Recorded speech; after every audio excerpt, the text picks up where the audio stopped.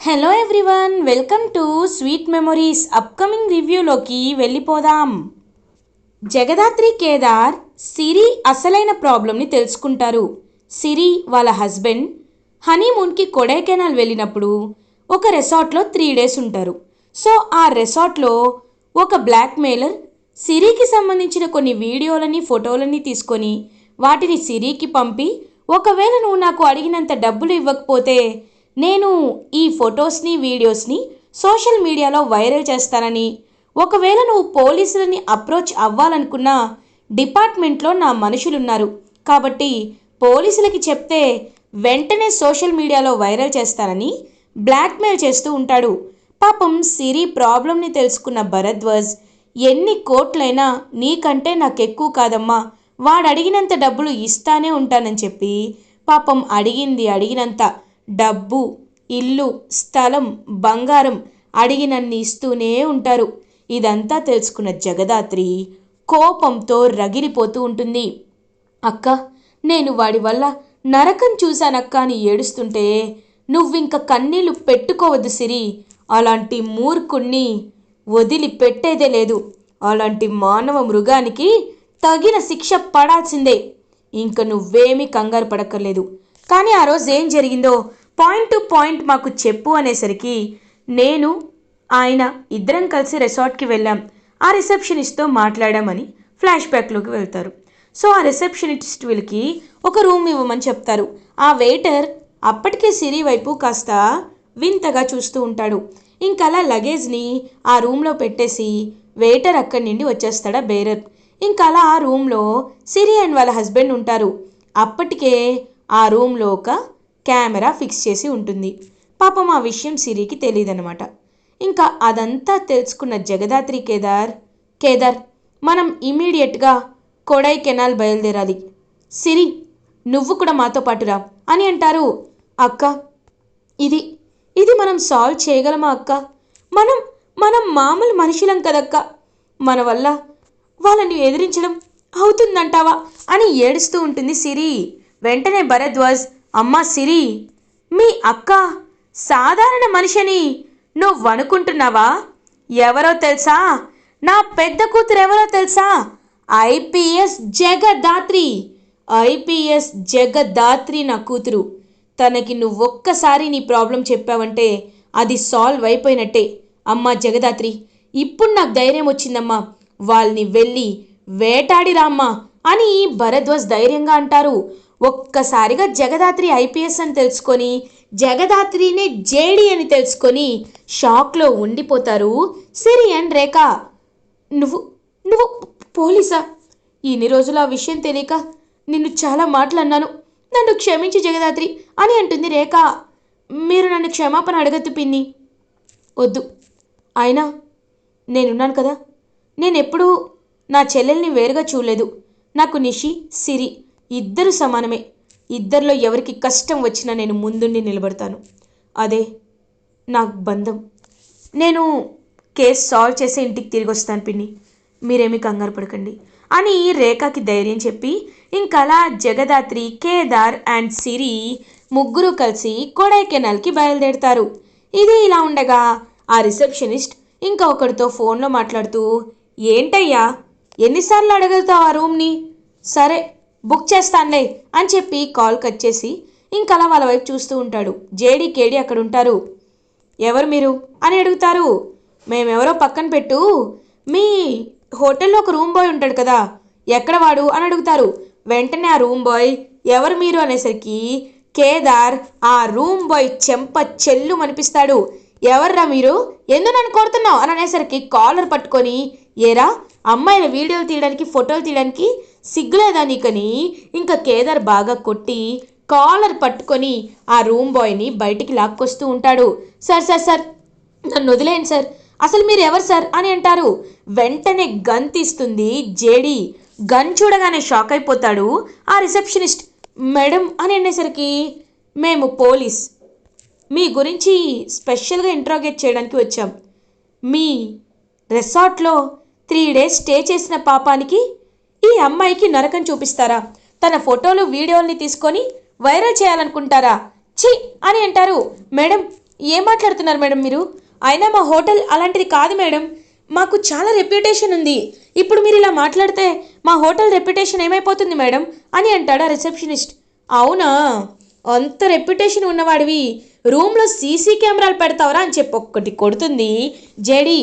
Madam మీరేమంటున్నారో నాకేమీ అర్థం కావట్లేదు మేడం, సరిగ్గా చెప్పండి మేడం అని అంటారు. చెప్పడం కాదు, చూపిస్తా. సిరి అని పిలుస్తుంది. సిరి అక్కడికి వస్తుంది. సిరిని చూడగానే రిసెప్షనిస్ట్ అండ్ బాయ్ ఇద్దరు షాక్ అయిపోతారు. ఏంటి, తన్ని చూడగానే షాక్లో ఉండిపోయారు? ఏరా, ఏం కావాలి మీకు? మర్యాదగా నిజం చెప్పండి, ఏంటి మీ ప్లాన్ ఏంటి అని అడుగుతుంది జగదాత్రి. మేడం మేడం నాకు ఇప్పుడే ఈ అమ్మాయిని చూడగానే ఒకటి గుర్తొచ్చింది మేడం. నాకెందుకో ఒకటిపై డౌట్ ఉంది మేడం. వాడు చూడ్డానికి చాలా అనుమానంగా ఉన్నాడు. ఈ అమ్మాయి వచ్చే 1 డే ముందు వాడు మా రూమ్ తీసుకున్నాడు. అదే రూమ్ తీసుకున్నాడు. తర్వాత వెకేట్ చేసేసి వీళ్ళు వెళ్ళిపోయిన వెంటనే వచ్చాడు మేడం అని అంటారు. ఏంటి, సిరి వాళ్ళు వెకేట్ చేసిన ½ గంటకి మళ్ళీ వాడు వచ్చాడా? అంటే ఖచ్చితంగా ఇదేదో డౌట్ పడాల్సిందే. ఇంతకీ ఎవడు వాడు అని అడుగుతారు. హా, మేము ఆధార్ కార్డ్ ఫోటో తీసుకుంటాం కదా మేడం, ఇదిగోండి ఆధార్ కార్డ్ అని ఫోటో చూపిస్తారు. ఒక్కసారిగా వాడి ఫోటో చూసి షాక్ అయిపోతారు జేడి కేడి. ఎందుకంటే వాడు ఎవడో కాదు, దేవా. మీనన్ పక్కన రైట్ హ్యాండ్ దేవా ఉంటాడు కదా, అతనన్నమాట. ఇంకా దేవాని చూసి ఒక్కసారిగా షాక్ అయిపోతారు జేడి కేడి. అంటే దీని వెనకున్నది మీననా అని షాక్లో ఉంటారు.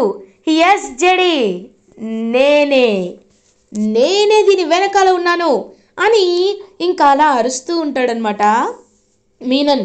బాయ్, మనం అనుకున్నట్టు ఆ భరద్వాజ్కి ఆస్తి లేకుండా మొత్తం లాగేశాం బాయ్. ఇప్పుడు నెక్స్ట్ ప్లాన్ ఏంటి అని అడుగుతారు. హొరే, నెక్స్ట్ ప్లాన్ ఏంటని అడుగుతావేంటి దేవా? నా గురించి తెలుసు కదా. నేను తాయారు ఎప్పుడు కోరుకునేది పవర్. తను రాజకీయంగా కోరుకుంటే నేను అండర్ గ్రౌండ్లో కోరుకున్నాను. కానీ ఆ జేడి అడుగు పెట్టినప్పటి నుండి అండర్ గ్రౌండ్లో నాకు వాల్యూ అంతా పడిపోయింది. ఆ జేడి దగ్గర దెబ్బలు తిన్నానని, ఆ జేడితో ఓడిపోతున్నానని కన్సైన్మెంట్ని కూడా నాకు అప్ప చెప్పకుండా పోర్టు దగ్గరే ఆపేశారు. కాబట్టి నేను ఎలా అయినా పవర్లోకి రావాలి, తాయారుని సీఎం చేయాలి. తాయారు సీఎం అవ్వాలంటే తాయారుకి ఉన్న లూప్ హోల్స్ బయటపడాలి. అవే ఆ భరద్వాజ్ ఇంట్లో ఉన్న డైరీ అని అంటాడు. ఏం మాట్లాడుతున్నావు బాయ్ అని అంటారు. అవును, ఆ ఎస్ఐ కావ్య పోయే ముందు తను కలెక్ట్ చేసిన నేర చరిత్రలన్నీ ఆ డైరీలో రాసుకుంది. అందులో సీఎం నేర చరిత్ర కూడా ఉంది. అందుకే అది బ్లాక్మెయిల్, దాన్ని అడ్డు పెట్టుకొని సీఎంని బ్లాక్మెయిల్ చేస్తే వాడు పదవిలోండి దిగుతాడు, తాయారు సీఎం అవుతుంది. అలా జరిగితే ఈ సిటీలో స్టేట్లో ఆపేవాళ్ళు ఎవ్వరు ఉండరు. అలా జరగాలి అంటే ఆ భరద్వాజ్ వాళ్ళని పాతాళంలోకి తొక్కేయాలి. అందుకే ప్లాన్ చేసి తన కూతుర్ని ఇరికిచ్చా. ఇప్పుడు వాడు ఆస్తంతా అమ్ముకొని అడుక్కు తినే స్టేజ్కి వచ్చేసాడు.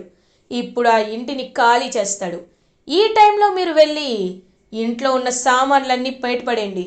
అప్పుడు ఆ డైరీ పట్టుకొచ్చేయండి. ఈ విషయం ఏమాత్రం ఆ జగదాత్రికి తెలియకూడదు. ఎందుకంటే ఆ జగదాత్రికి తెలిస్తే అది జేడికి చెప్తుంది. నా ప్లాన్ అంతా ఫ్లాప్ అయినట్టే. కాబట్టి ఆపరేషన్ ఇంత సీక్రెట్గా జరిపిస్తున్నాను అని అంటాడు మీనన్. భాయ్, ఇంత తెలివిగా మాట్లాడుతున్నావా అని అంటారు. మరి డాన్లో నాకు తెలివితేటలుండాలిరా, లేకపోతే ఎలా అవుతారు? సరే రా గోల్ఫ్ ఆడదాం అని అంటారు. గోల్ఫా? ఇది మామిడి తోట కదా బాయ్ అని అంటారు.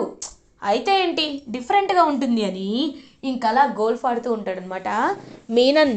కరెక్ట్గా అప్పుడే సిరి ఇంకా అలా అక్కడ కనబడుతుంది. ఒక్కసారిగా మీనన్ వాళ్ళు సిరిని చూస్తారు. ఇదేంటి, తను కొడైకెనాల్ వచ్చింది అని అంటారు. ఇంకా సిరి పక్కనే జేడీ కేడీని కూడా చూస్తారు. జేడీ కేడీని చూసి ఒక్కసారిగా షాక్ అయిపోతారు మీనన్. ఏంటి దేవా, తనను నువ్వు బెదిరించలేదా? పోలీసులకి చెప్పొద్దనలేదా అని అంటారు. లేదు బాయ్, నేను చెప్పాను, కానీ తనే నా మాట వినలేదు. ఇప్పుడే తన్ని అని అంటారు. ఆగు, వాళ్ళు ఎక్కడికో వెళ్తున్నారు కదా, వాళ్ళని ఫాలో అయ్యి వాళ్ళు లేని టైంలో తను తీసుకొచ్చేద్దాం అని ఇంకలా ఫాలో అవుతూ ఉంటారు జేడీ కేడీని మీనన్ వాళ్ళు. ఇంకలా మీనన్ వాళ్ళు ఫాలో అవుతున్నారని తెలియక జేడీ కేడీ ఇద్దరు ఇంకా అలా ఒక గుడికి వెళ్తారు. అమ్మ, ఇవాళ పరమ పవిత్రమైన రోజు, అమ్మవారు సాక్షాత్కరించిన రోజని ఇక్కడ నమ్ముతూ ఉంటారు. కాబట్టి మీకు ఎలాంటి ఆపద పడకుండా మీరు ఈ పూజ చేయించుకోండి అని చెప్పి తమిళ్లో ఇంకలా మాట్లాడుతూ ఉంటారనమాట. ఒక్కసారిగా ఇంక షాక్ అవుతారు జేడీకేడి. మేం మీకు అని అంటారు. నేను న్యూస్లో మిమ్మల్ని చూస్తూనే ఉంటానమ్మా, మీరు జేడీకేడీనే కదా, మీరు ఏపీ అండ్ తెలంగాణలో చాలా ఫేమస్ కదా అని చెప్పి ఇంకలా వాళ్ళిద్దరికి పూజ చేసి కండువని వేస్తారు. థ్యాంక్ యూ అని ఇద్దరు ఇంకా అలా చూస్తూ ఉంటే సిరి, అక్క నిజంగా మిమ్మల్ని చూస్తుంటే నాకు చాలా గర్వంగా ఉందక్క, ఎందుకంటే నిజంగా మీలాంటి అక్క నాకున్నందుకు నాకెంతో సంతోషంగా ఉందని చెప్పి ఇంకలా మురిసిపోతూ ఉంటుంది సిరి. అక్క నేను ఇప్పుడే వస్తాను అని వెళ్తుంటే అప్పుడే కరెక్ట్గా సిరి ఒంటరిగా ఉన్న టైంలో మీనన్ సిరి దగ్గరికి వచ్చి ఇంకా సిరిని అలా తన మెడ పట్టుకొని తీసుకువెళ్ళిపోతూ ఉంటాడు.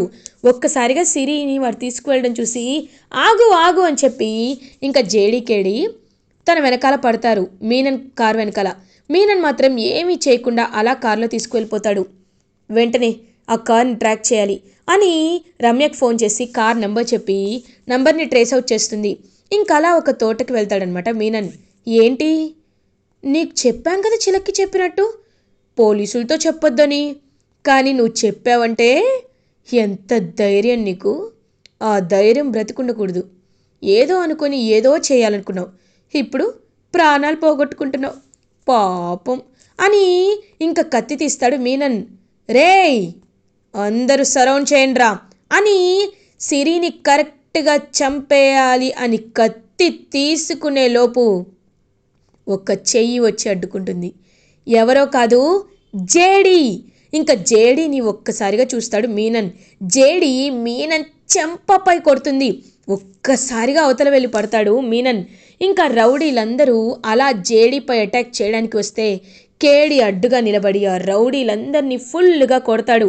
అలా జేడీ కేడి ఇద్దరు కలిసి రౌడీలని ఫుల్గా కొట్టి కాళ్ళు చేతులు విరిచి విరిచి పెడుతూ ఉంటారు.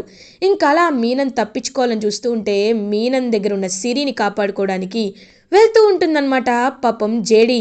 ఇంకప్పుడే జేడీ అలా వెళ్తూ ఉంటే తన దగ్గర ఉన్న గోల్ఫ్ బ్యాట్తో జేడీని కొడతాడు మీనన్. ఒక్కసారిగా జేడీ కింద పడుతుంది. కానీ పులి పంజాలా సింహం వేటలా రెట్టింపు ఉత్సాహంతో మీనన్ని ఒక్కటి కొడుతుంది జేడీ. ఇంకా అలా మీనన్ పడిపోతాడు. వెంటనే మీనన్ గొంతు పట్టుకొని, ఏరా అమ్మాయిల వీడియోలు ఫోటోలు తీసుకొని అమ్మాయిని బ్లాక్మెయిల్ చేస్తావా? ఛీ, ఇన్నాళ్ళు నువ్వు కేవలం పౌడర్ సప్లై చేస్తూ రౌడీజం చేస్తూ ఉన్నావనుకున్నా, కానీ ఇంత దిగజారిపోయి అమ్మాయిల జీవితాలతో ఆడుకునే మృగాన్లా తయారయ్యావు.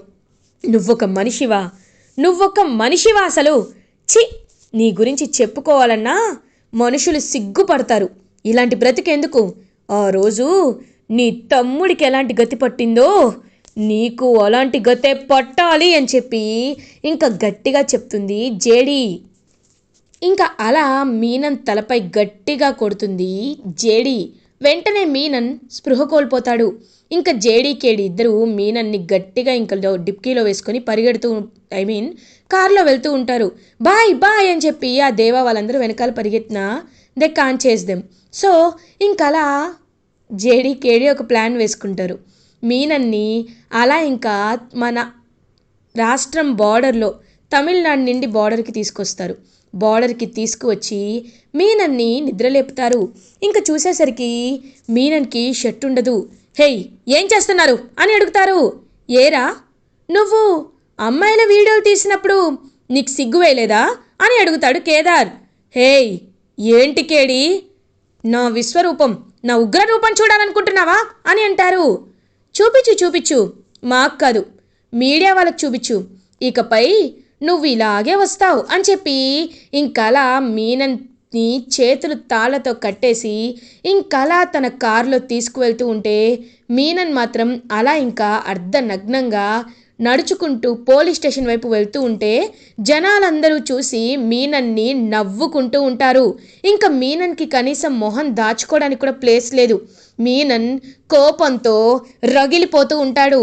ఇంకలా పోలీస్ స్టేషన్ వరకు మీనన్ని మొత్తం లాక్కు వచ్చి పోలీస్ స్టేషన్ వరకు తీసుకొచ్చి మీనన్ దగ్గరికి వస్తుంది జేడి. నువ్వు ఒక మగవాడివి, అలాంటిది నీకే ఇంత అసభ్యంగా సిగ్గుగా అనిపిస్తుంటే ఆడపిల్లకి ఎలా అనిపించాలి? నీకు తగిన బుద్ధి చెప్పాలని పోలీస్ స్టేషన్కి ఇలా తీసుకొచ్చాను. ఇంకొకసారి ఇలా ఆడపిల్ల జీవితాలతో నాశనం చేయాలనుకుంటే కెడి తీసుకువెళ్ళు విన్ని అని ఇంకలా పోలీస్ స్టేషన్లో అరెస్ట్ చేసి మీనన్ని పెడతారు. మీనన్ మాత్రం తనకి జరిగిన అవమానాన్ని తలుచుకుంటూ కోపంతో రగిలిపోతూ, జేడి ఇన్ని రోజులు మీరు నన్ను ప్రొఫెషనల్గానే దెబ్బ కొట్టారు, కానీ ఇప్పుడు నా ఈగోని రెచ్చగొట్టి నన్ను పర్సనల్గా కూడా తలెత్తుకోకుండా చేశారు. వదిలిపెట్టను అని గట్టిగా అరుస్తాడు. ఏయ్ అరవకు, అరవడం మాకు కూడా వచ్చు, కానీ నీతికి అవినీతికి, నిజాయితీ తక్కువకి తేడా ఉంటుంది. ఇలానే ఉండు, నీ వీడియోస్ అన్నీ సోషల్ మీడియాలో వైరల్ అయిపోయాయి అని ఇంకలా కనీసం అర్ధనగ్నంగా విహారం చేస్తున్న మీనన్ని రెడ్ హ్యాండెడ్గా పట్టుకున్న జేడీ టీమ్ అని చెప్పి ఇంకా అలా మీనన్ గురించి ప్రతి పేపర్లో వస్తూ ఉంటే ఒక్కసారిగా ఇంకా యువరాజ్ షాక్ అయిపోతాడు. ఇంకలా మీనన్ గురించి చూస్తూ షాక్లో ఉంటాడనమాట. వెంటనే యువరాజ్ ఇలా తాయారు ఏమో మీనన్ ఖచ్చితంగా ఎలాగబ్బాయినా బయటికి రావాలి అని చెప్పి ట్రై చేస్తూ ఉంటుంది.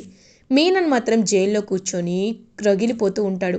అలా తన చెల్లెలికి చేసిన అన్యాయంపై పగ తీర్చుకొని జేడి సిరికి ఇచ్చిన మాటని నిలబెట్టుకుంటుంది. ఇలా ఎపిసోడ్ ఎండ్ అవుతుంది. ఫర్దర్ ఎపిసోడ్ రివ్యూస్ ముందుగా మీకు కావాలి అనుకుంటే మా ఛానల్ని సబ్స్క్రైబ్ చేసుకోండి. Thanks for watching.